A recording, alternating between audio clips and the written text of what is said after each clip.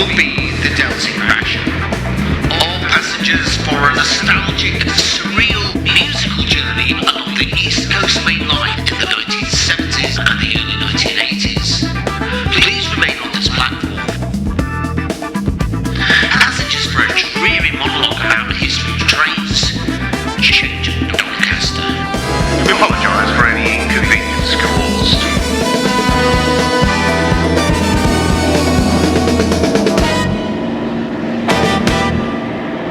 Chapter 2. The Radiogram.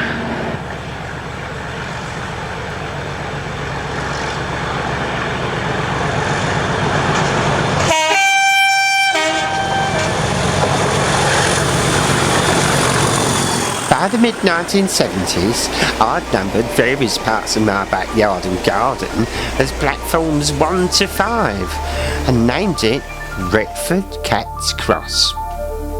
I'd hand-painted my chopper bike British Rail blue with yellow-painted handlebars and adorned it with the name and number 55007, Pinza.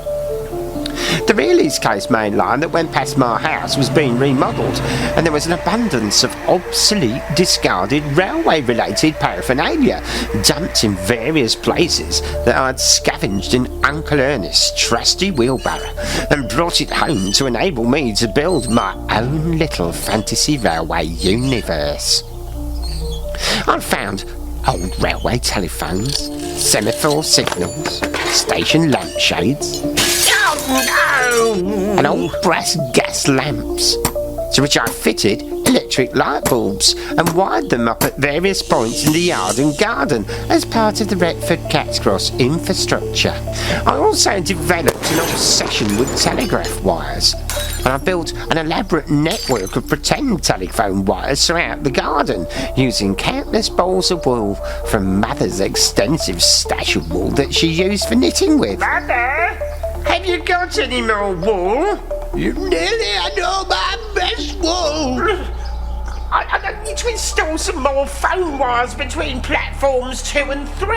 I think you've got enough wool hanging from those fence poles to knit 3 bloody jumpers with. God knows what an everything. I was going to knit your Uncle Ernest tonight. Cardigan with that. You're going to need a jumper for school. I could knit your last blue and yellow one. You'd like that, wouldn't you?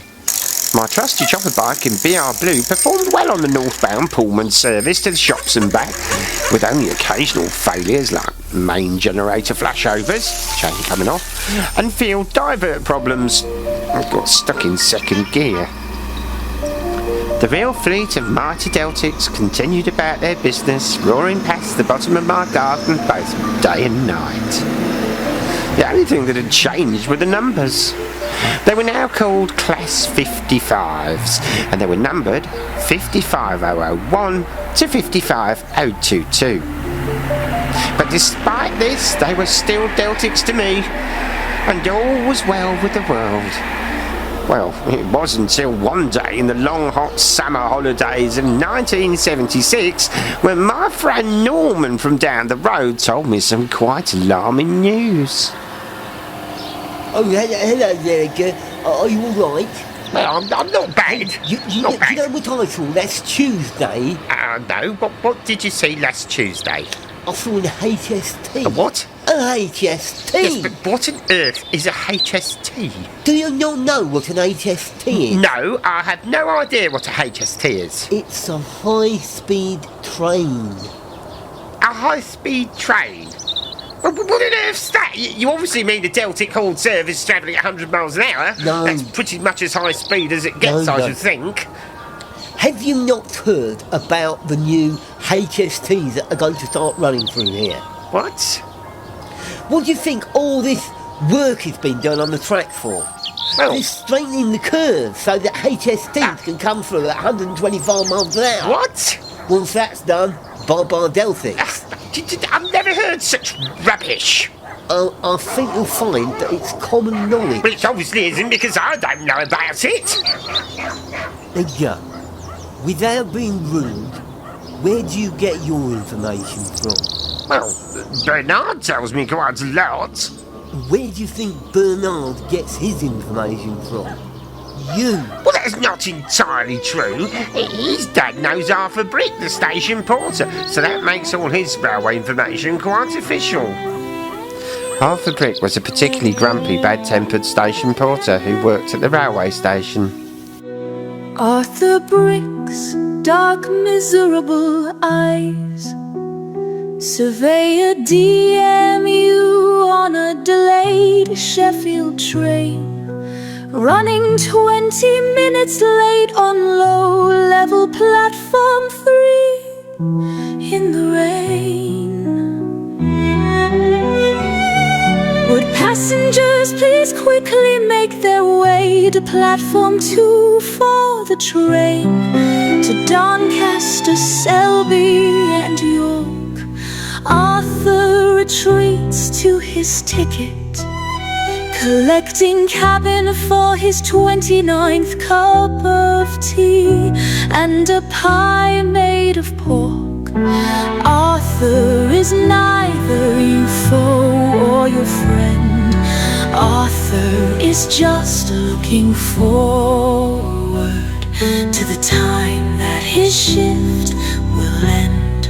The clock slowly goes tick-tock, tick.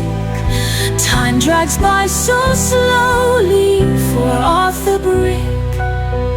The next train to arrive at platform 1 is the late-running 1911 to King's Cross. That should now be long gone.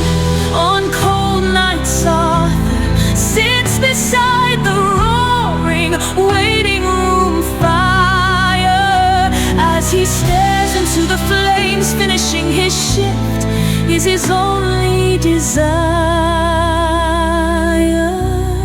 The clock slowly goes tick-tock, tick. Time drags by so slowly for Arthur Brick. The next train to arrive at platform 1 is the late-running 1911 to King's Cross. That should now be long gone. On cold nights Arthur sits beside the roaring waiting room fire. As he stares into the flames, finishing his shift is his only desire.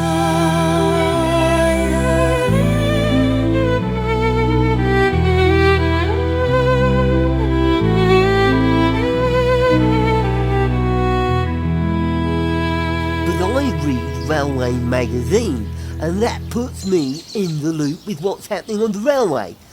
Arthur Brick doesn't know anything. He's only just realised that steam engines don't run anymore. Norman was right. I did indeed need to get myself a better source of railway information. Maybe I should start getting Railway magazine, or at least start browsing it on the shelves of W.H. Smith. I thought little more about Norman's claims regarding HSTs. Then, on a hot, balmy morning, about 2 weeks later, I was riding my chopper bike, 55007, on an additional service to the allotments. And something came through on the main line, the likes of which I'd never seen before. It looked a bit like an Eagle spaceship from Space 1999, had very strange-looking long coaches in a reversed blue and grey livery, a little bit like Metro Camel Pullman cars, but with big, modern, oblong tinted windows, and it had another Eagle spaceship type thing on the back. It turned out that this was the prototype HST, and I had just witnessed the beginning of the end. Down at Les Walters' dark and dusty back-end garage, I spent hours talking to Les about various picture valves and cathode ray tubes, hoping that Les might take pity on me and give me one of his many old valve radios, or even a 20-year-old broken black and white TV set. But he never did.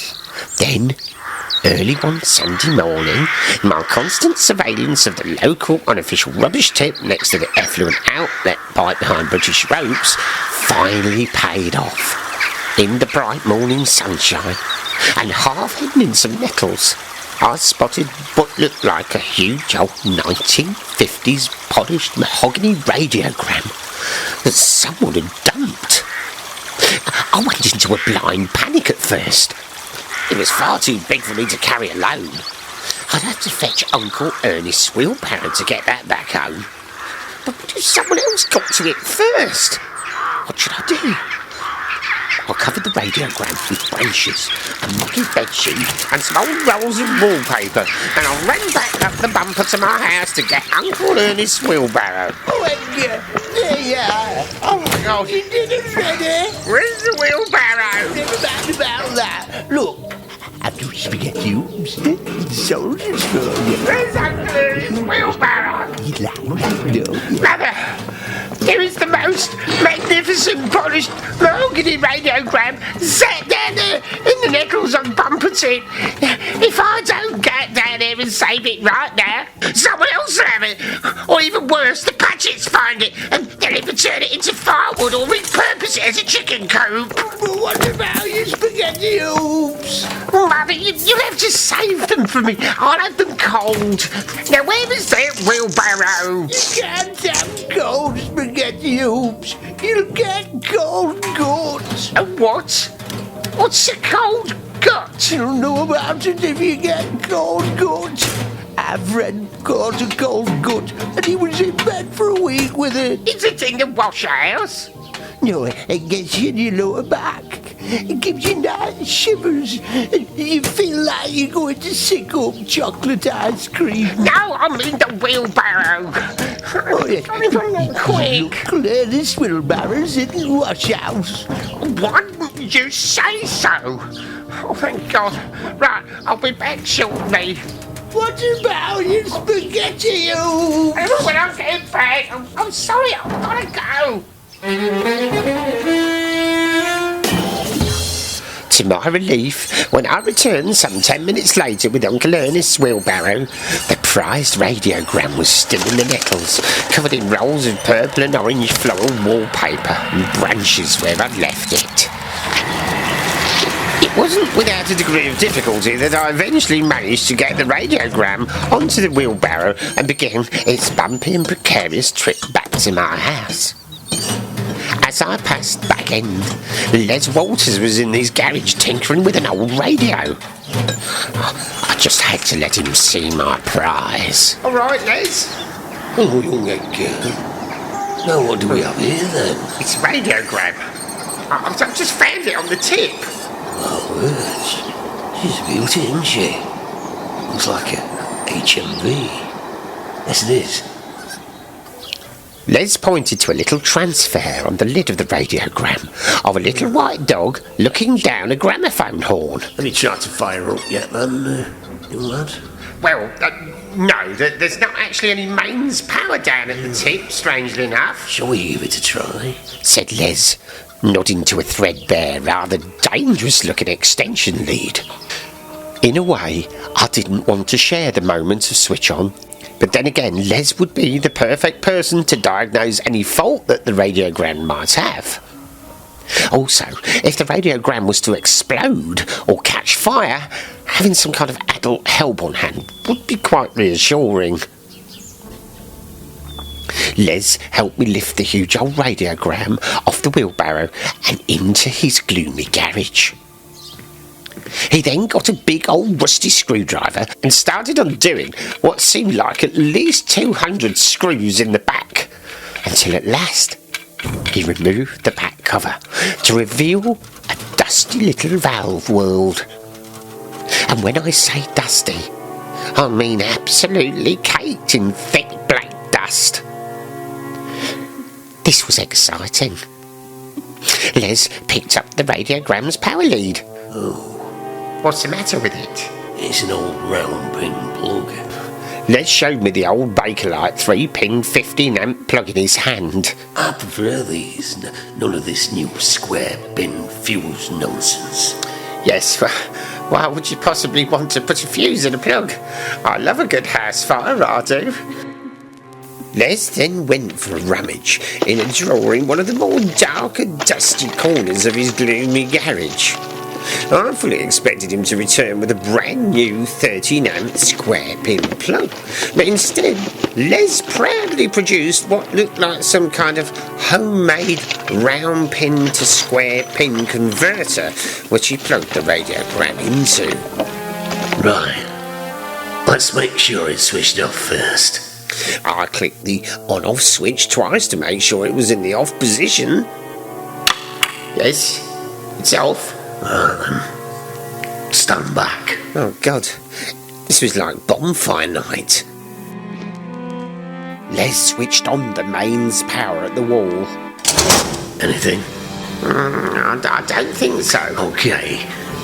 Now switch it on. Wouldn't you be better doing that? No, I need to be here behind it to see what's going on inside. Les then, rather worryingly, put on what looked like a pair of welding goggles. Try it. Try it now. I screwed up my face and closed my eyes as I turned the Bakelite power switch to the on position. At first, there was just a very soft hum. Then some crackling from the speaker.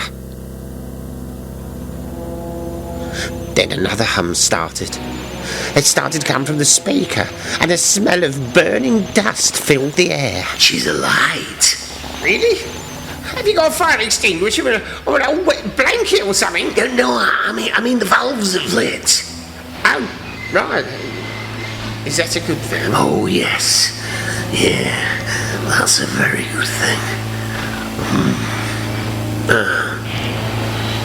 Switch it off. Okay. I clicked the Bakelite switch back to the off position, and the hum faded back to silence. Les started rummaging through a drawer. I could have bloody sworn there was one in here somewhere. Do you think you might know what's wrong with it? Pass me that wooden radio off that shelf behind you, lad. This one. There you go. I gently took an old dusty radio from his shelf and passed it over to Les. And Les put his hands into its innards, fumbled about, and then without even looking, pulled out a glass valve from within it. Les then put the glass valve close to his face and squinted. And then he handed it to me. Can you read what this says? Ballard? Yeah, what type is it? What's it say? EF80. Oh, lovely. Les snatched the valve from my hand and then reached into my radiogram. He pulled out a dusty valve out of somewhere inside before fitting the valve that he'd taken from the other radio. Try that. I could sense the excitement in Les's voice as I once more turned the knob to the on position. The low hum started again, and then the crackle, and then... Greetings, Puppets. Alan Freeman! What did I tell you? I just witnessed a miracle! Hey, what about that then? My radiogram was alive! Hey, that's got a lovely tone to it, that's pretty lovely.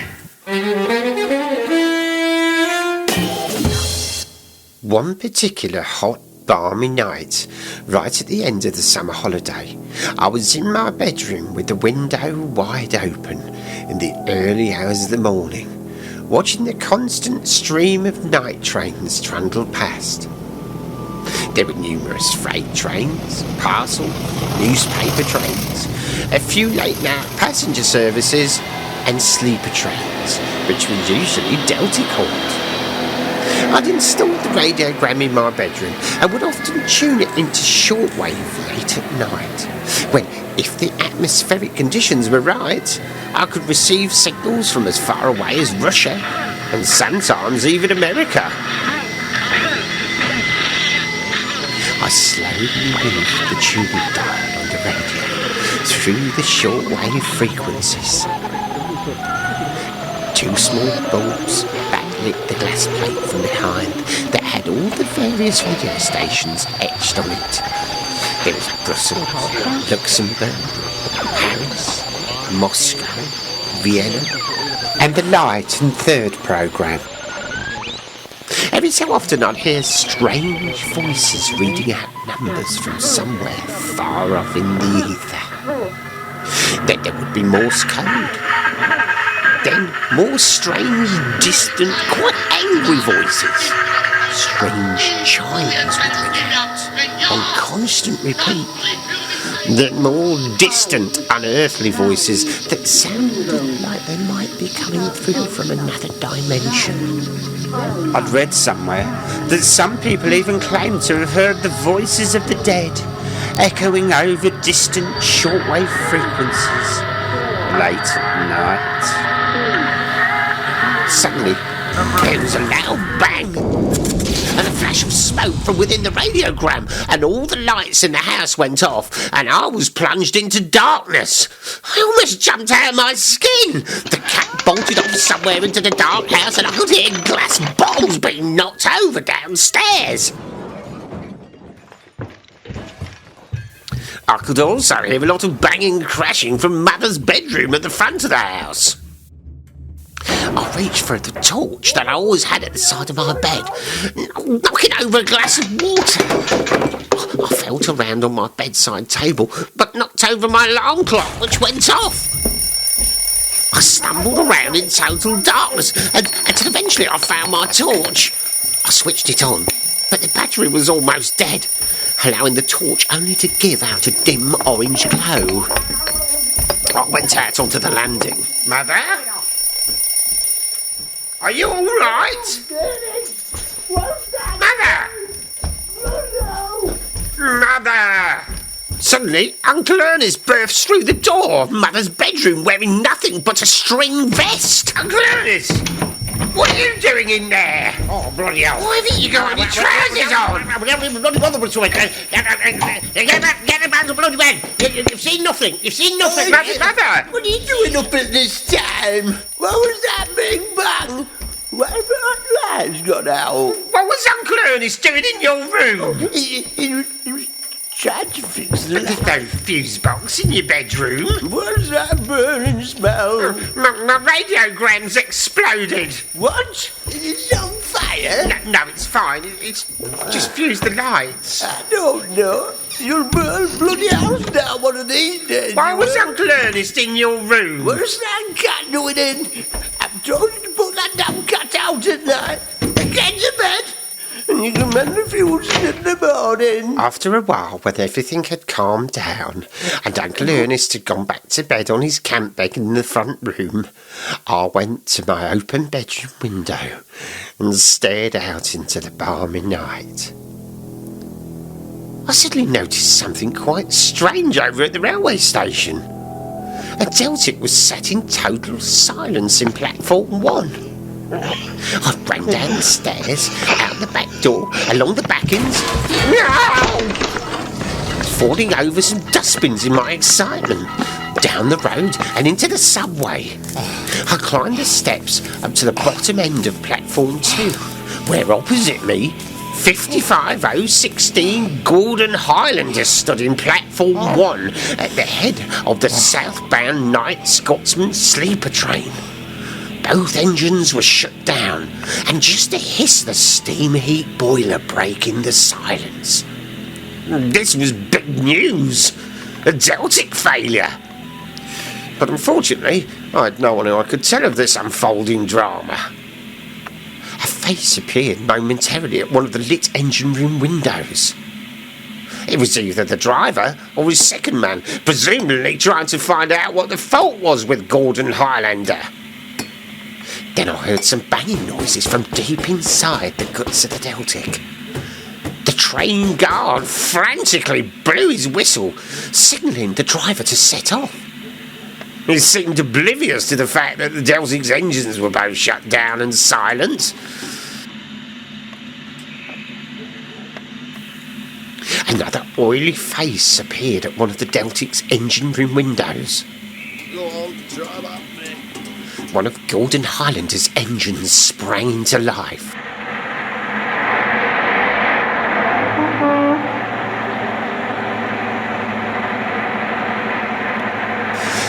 stilled for a moment, but then sprang back to life again. Then number 2 engine started. After a few moments, the brakes were released, and the Deltic slowly eased its train of Mark I sleeping cars south towards London, belching a trail of white exhaust fumes into the dark orange sky of the approaching morning. As the coaches slowly passed me by, with their steam heat hissing into the dawn chorus, I wondered who might be sleeping within them. Maybe Mick Jagger. Maybe Eric Morgan. Maybe Brian Camp from Broadway.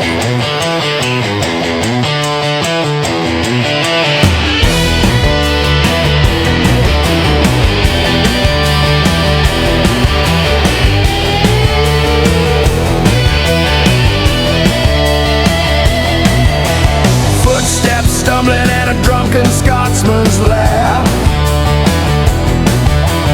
Ivy tail sleeves, unspeakable acts with a toy giraffe. Mystery celebrities swap birds and play murder in the dark. Discretion assured to make sure that the dog won't bark. The secret life of a Mark I sleeper. Strange things happen in the night.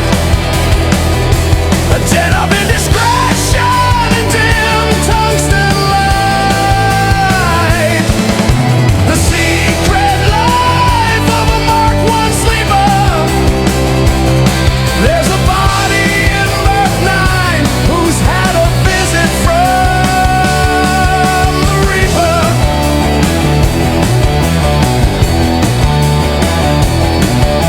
We might get a hot box before Newcastle and be put in a loop. But no one will ever get bored. It's just like someone let a fox into the chicken coop. Steam heat gets in your eyes. Stale air in the corridor of lies. The secret life of a Mark I sleeper. Strange things happen in the night. A den of indiscretion and dim tungsten light. The secret life of a Mark I sleeper. There's a body in Mark 9 and it's finders keeper.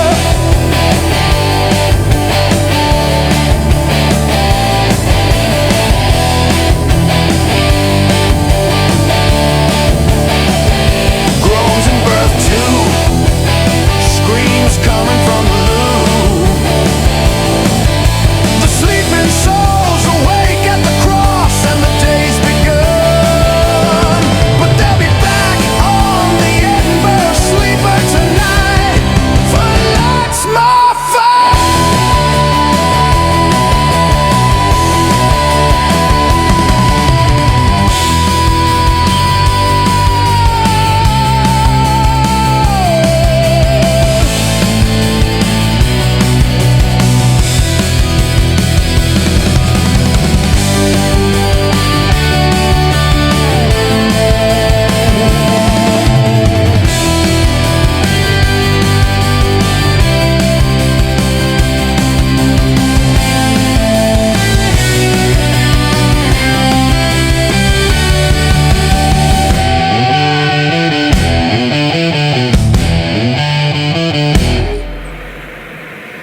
The drama was over, and I headed back along Tunnel Road to my house. As I turned the corner onto my backings, a bright torch suddenly shone right in my face. Hello, son. What are you doing out here so late at night? Oh, it was just a friendly police constable on his beat. You're not up to no good out at this time of night, are you? Well, it's this time of the morning, actually. Don't get bloody clever with me, son. I'll have you for loitering with intent. I'm not littering. I'm not dropped anything. I always use the waste paper bin to discard of any litter I may have to I dispose of. said loitering. Loitering. I'm not doing that either. I'm just on my way home. Oh, yeah. Where are you coming from then, may I Oh, ask? I'm coming from the railway station. The southbound Night Scotsman had failed in platform 1 and I went out to see it. So you're train spotting, are you? At 4 a.m? I wasn't spotting. I was merely observing. What's your name, son? Oh, it's Edgar How Gabbage. are you spelling that? The police officer wrote down my name in his notepad. And where do you live, son? Oh, just over there, number 23. Right. It's just going to be a warning this time. Now, on your way. Warning? What are you warning me of? I said, on your way. As I walked along the backings, I could still hear the magical engine note of Gordon Highlander in the distance as it powered over Gamston Bank. I stopped at the bottom of my yard for a moment to savour it, and I was joined by Ballymus the cat. Hello, girl. Yes, I know. Yes, you're a good girl. I know. Can you hear Gordon Highlander? Yes. Yes, I love you too. It's all right. You're drooling on me. Oh! I just got a mouthful of cat snot. Oh! The wind was getting up, and I'd fuses to mend in the morning, so it was time for bed. I walked up the yard to the back door, and I tried it. What? Oh no! To my horror, it was locked. I suddenly remembered that I'd not put the latch on as I left, and the door must have slammed shut in the wind. What should I do? I put my ear to the window, and I could hear Uncle Ernie's snoring in the front room. I couldn't possibly wake him and Mother again.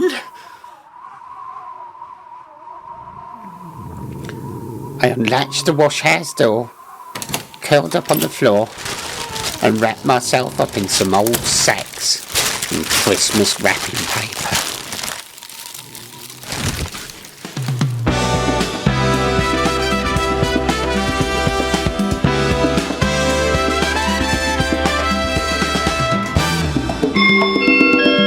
It was a special announcement. This chapter terminates here. All change for the next chapter. Please ensure that you take all your belongings with you. This chapter terminates here. All change